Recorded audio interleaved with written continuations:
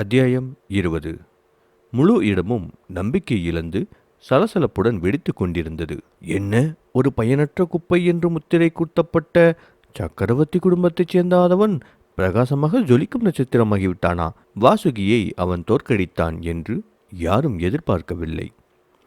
இல்லை, இது சாத்தியமே இல்லாதது என்று கத்திய முதல் கிளை மூத்தவர் முழுவதும் அவநம்பிக்கையால் கூச்சலிட்டார்.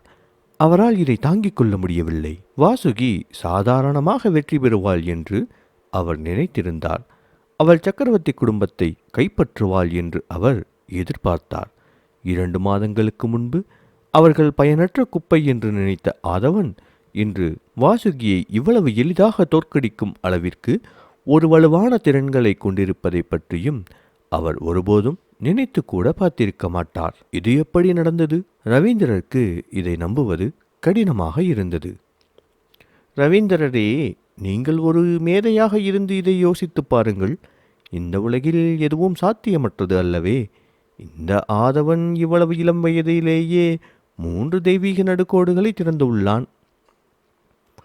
4ஆம் நிலையில் கடம்பராஜ்யத்தின் உச்சியில் இருக்கும் வாசுகியை நடுக்கோடுகள் இல்லாத 3ஆம் நிலை கடம்பராஜ்யத்தின் சாகுபடியில் இருக்கும் இவன் தோற்கடித்தான் என்பது மிகவும் அரிதான ஒன்றுதான். இவன் உண்மையிலேயே திறமைசாலிதான் என்று காவியன் கருத்து தெரிவித்தார். அது சரி, ஆதவன் மன உறுதி, நடுக்கோடுகள் மற்றும் சண்டையின் சோதனை இவை அனைத்திலும் வாசுகியை விட திறமையாக உள்ளான். வாசுகி வெள்ளை புலி மண்டப பிரிவில் நிச்சயிக்கப்பட்டதால் நான் அவளுக்காக உங்களுடன் சண்டையிட மாட்டேன். அசுரராக மண்டப பிரிவு ஆதவனை ஏற்றுக்கொள்ளும் என்று பகவதன் பளபளக்கும் கண்களுடன் கூறினான். பகவதன், நீங்கள் எதை பற்றி பேசுகிறீர்கள்? அசுர டிராகன் மண்டப பிரிவு ஆதவனை ஏற்றுக்கொள்வதன் அர்த்தம் என்ன? ஆதவன் என்னுடன் கடல் ஆமை பிரிவிற்குத்தான் வருகிறார் என்று கூறிய காவியன் பகவதனை பார்த்து புன்னகை செய்து கொண்டே ஆதவனை நோக்கி திரும்பி, ஆதவா, தங்களை கடலாமை மண்டப பிரிவில் இருகரம் நீட்டி வரவேற்கிறோம். நீங்கள் எங்களுடன் இணைந்தால் உங்களுக்கு விருப்பமான 2 நிலநிலை தற்காப்புக்கலை நுட்பங்களை நாங்கள் உங்களுக்கு வழங்குவோம். அது மட்டுமில்லை, நான் தங்களுக்கு உறுதியளிக்கிறேன், எங்கள் மேல் நிர்வாகம் உங்களை தனிப்பட்ட முறையில் அழைத்து சென்று ஒரு பயிற்சியாளராக நிச்சயம் பயிற்சியளிக்கும் என்று கூறினார். அதவா, அசுர டிராகன் மண்டப பிரிவில் நாங்கள் உங்களை அன்புடன் வரவேற்கிறோம். நீங்கள் எங்களுடன் இணைந்தால் எங்கள் நிலநிலை தற்காப்பு கலை நுட்பங்களை அணுகுவது மட்டுமல்லாமல் எங்கள் ரகசிய சாகுபடி இடங்களிலும் நீங்கள் பயிரிடலாம். பகவதன் ஒரு வெடிகுண்டை வீசினார். இந்த 2 மண்டப பிரிவுகளின் தூதர்களின் வார்த்தைகள் அந்த களம் முழுவதும் பரவின. இது மீண்டும் பரபரப்பை ஏற்படுத்தியது. இதில் இருந்து ஆதவனை அவர்கள் எவ்வாறு மதிப்பிட்டார்கள் என்பது தெளிவாக தெரிந்தது. சக்கரவர்த்தி குடும்பத்தில் ஆதவன் தனது இரத்த நடுக்கோட்டை எழுப்ப முடியாது என்று கூறப்பட்டாலும் விசித்திர மாயை பிரிவில் அதை அவனால் எழுப்ப முடியாது என்று அர்த்தமல்ல. அவனுக்கு ஒரு வாய்ப்பு கிடைக்கலாம். ஒருவரின் மெரிடியன்களை மீண்டும் எழுப்ப பல வகைப்படுத்தப்பட்ட நுட்பங்கள் விசித்திர மாயை பள்ளியில் பலகாலமாக இருந்து வருகிறது. ஆதவன் தனது இரத்த மெரிடியன்களை எழுப்புவதற்கு முன்பே இத்தகைய திறமைகளை கொண்டிருந்தான். அவன் மட்டும் தனது இரத்த மெரிடியன்களை எழுப்பினால் அவன் சக்தி எவ்வளவு பெரியதாக இருக்கும், அவன் எவ்வளவு பெரிய திறமைசாலியாக இருப்பான். அது மட்டுமில்லை, ஒரு தற்காப்பு கலைஞனுக்கு இரத்த மெரிடியன்கள் முக்கியமானவை என்றாலும் அது மட்டும் முக்கியமான விஷயமல்ல.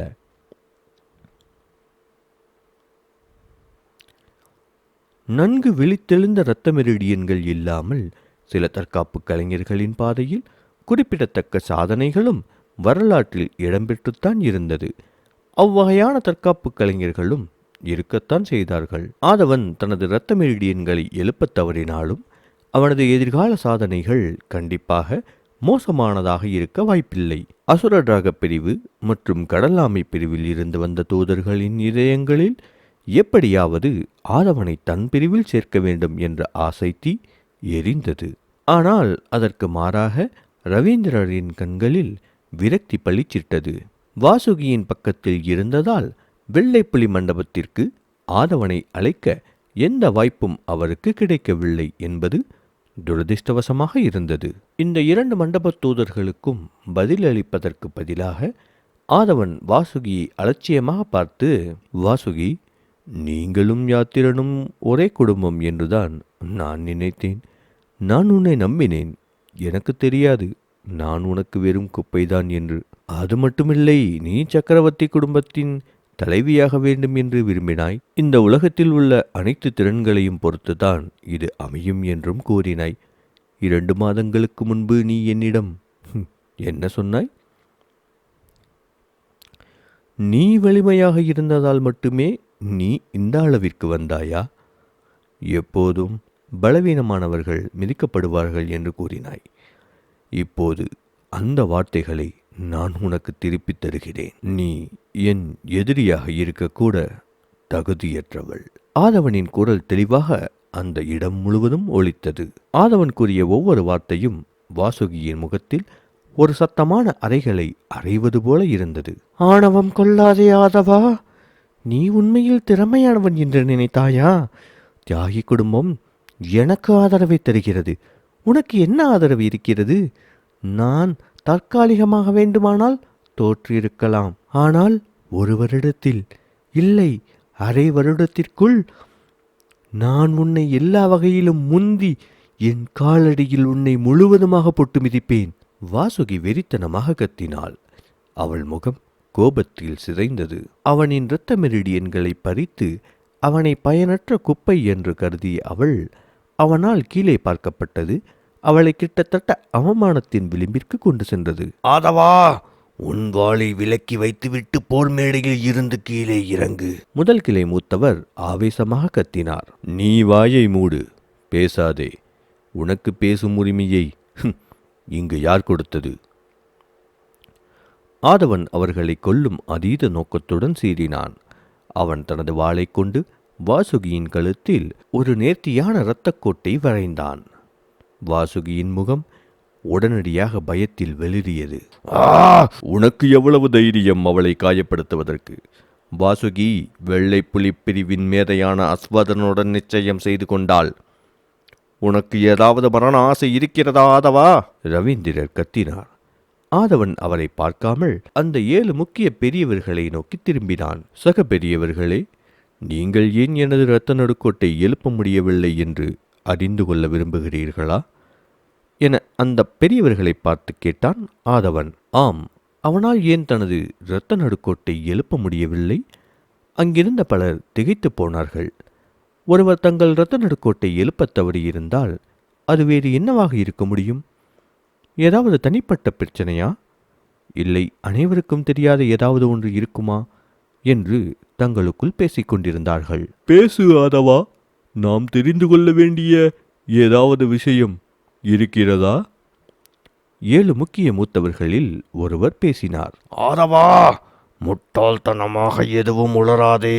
ஆதவன் சொல்ல வருவதற்கு முன்பே யாத்திரன் கூச்சலிட்டார். வாயை மூடு யாத்திரா. முக்கிய மூத்தவர்களில் ஒருவர் உத்தரவிட்டார். யாத்திரனின் முகம் மாறியதோடு மட்டுமல்லாமல் அவர் பேசுவதையும் நிறுத்தினார். சரியென தலையசைத்த ஆதவன், ஏனென்றால் இந்த பிரகாசிக்கும் நட்சத்திரமும் இங்குள்ள இந்த முதல் கிளை மூத்தவரான யாத்திரனும் என்னிடம் நல்லவராக நடிப்பது போல் நடித்து 3 ஆண்டுகளாக மகரந்தம் கலந்த மதுவை எனக்கு அளித்தனர். இவள் தன் இரத்த நடுக்கோட்டை என் இரத்தத்தால் 3 ஆண்டுகளாக வளர்த்திருக்கிறாள். அதனால்தான் என்னால் இரத்த நடுக்கோட்டை எழுப்ப முடியவில்லை. பின்னர் அவர்கள் என் இரத்த நடுக்கோட்டை என்னிடமிருந்து பறித்து அதை வாசுகியுடன் இணைத்து விட்டனர் என்று கூறினான். என்ன, 5வது நிலை இரத்த நடுக்கோட்டை எழுப்ப முடியும் என்று நீ நினைக்கிறாயா? 5வது நிலை இரத்த நடுக்கோட்டை எழுப்ப முடியும் என்று நீ ஏன் நினைத்தாய் வாசுகி? எது உன்னை அவ்வாறு நினைக்க அனுமதித்தது? ஆதவன் அமைதியாக அனைத்தையும் நினைவு கூர்ந்தான். ஆதவன் என்ன சொன்னாலும் அது அங்கு பெரும் பரபரப்பை ஏற்படுத்தியது. எல்லோரும் வார்த்தைகளால் சொல்ல முடியாத அளவிற்கு அதிர்ச்சி அடைந்தனர். ஆதவன் ஒரு நடுக்கோட்டுச் சோதனையில் தேர்ச்சி பெற்றான்.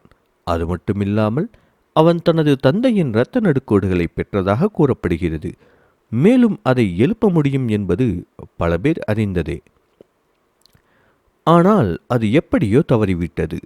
அதில் ஏதோ சரியாக இல்லை என்பதை உணர்ந்தாலும் என்னவென்று புரியாமல் இருந்தது. இப்போது உண்மை வெளிவந்துவிட்டது. அது நிறைய விஷயங்களை அனைவருக்கும் தெளிவுபடுத்தியது. நீங்கள் அனைவரும் மனிதர்களா அல்லது மாசடைந்த விலங்குகளா? இதை எப்படி உங்களால் ஆதவனுக்கு செய்ய முடிந்தது? முதலில் எதிர்வினையாற்றியது கௌசலைதான். அவள் தன் ரத்தம் தோய்ந்த கண்களால் முதல் கிளை மூத்தவரையும் வாசுகியையும் பார்த்து கூச்சலிட்டாள். அவளுடைய உடல் கோபத்தில் நடுங்க ஆரம்பித்தது. அது மட்டுமில்லாமல் அவள் கண்களில் இருந்து தாரை தாரையாக கண்ணீர் வழிந்து கொண்டிருந்தது. 2 மாதங்களுக்கு முன்பு ஆதவன் உடம்பில் ஏற்பட்ட காயங்கள் அவனது இரத்த மெரிடியன்களை அவனிடமிருந்து அகற்றியதன் விளைவாக இருந்தன என்பது அவளுக்கு தெரியாது. ஆதவன் இரத்த மெரிடியன்களை அவனிடமிருந்து வலுக்கட்டாயமாக எடுத்தது அவனுக்கு எவ்வளவு வேதனையாக இருந்திருக்கும் என்று கௌசலை எண்ணினார். இது உண்மையா என அதிர்ச்சி அடைந்த 7 முக்கிய பெரியவர்களின் கண்களிலும் புயல்கள் உருவாகின. அவர்களின் முகங்கள் இருண்டு போயின. ஆதவா, நீ ஒரு பொய்யன், நீ ஒரு பயனற்ற குப்பை, எங்களை குறை சொல்லாதே, நீ ஒரு முட்டாள், வெட்கமற்ற முட்டாள். சக பெரியவர்களே, ஆதவன் நம்பிக்கையற்றவன், அவனது குணம் மீட்க முடியாத ஒன்று. அவனை சக்கரவர்த்தி குடும்பத்தில் இருந்து வெளியேற்ற வேண்டும் என்று நான் பரிந்துரைக்கிறேன். முதல் கிளை மூத்தவரான யாத்திரன் கத்தி கூச்சலிட்டார். அவரது கண்கள் தீங்கிழைக்கும் விதமாக அவனை பார்த்தது. அது சரி ஆதவா, உங்கள் பொய்களை யார் நம்புவார்கள் என்று நினைக்கிறீர்கள்? வாசுகி கோபத்துடன் கேட்டாள். ஆதவன் சிரித்துக்கொண்டே, 3 வருடங்களாக என் இரத்தத்தால் தான் இரத்த மெரிடியன்களை நீங்கள் வளர்த்திருக்கிறீர்கள். நான் சொன்னது உண்மை என்பதை ஒரு சோதனையின் மூலம் உடனடியாக வெளிப்படுத்த முடியும் வாசுகி. உங்களுக்கு அதை பரிசோதனை செய்ய தைரியம் இருக்கிறதா என்று கேட்ட ஆதவன் வாசுகியை உன்னிப்பாக பார்த்தான். வாசுகியின் முகம் பயத்தில் வெளிறியது. யாத்திரனின் முகம் விஷமாக மாறியது. அந்த சோதனையின் முடிவில் வாசுகி மற்றும் யாத்திரனின் சதித்திட்டம் அம்பலமாகுமா என்பதனை தெரிந்து கொள்ள தொடர்ந்து கேளுங்கள் அசுரன் உங்கள் ராஜன் லியான் யூடியூப் சேனலில் மட்டுமே.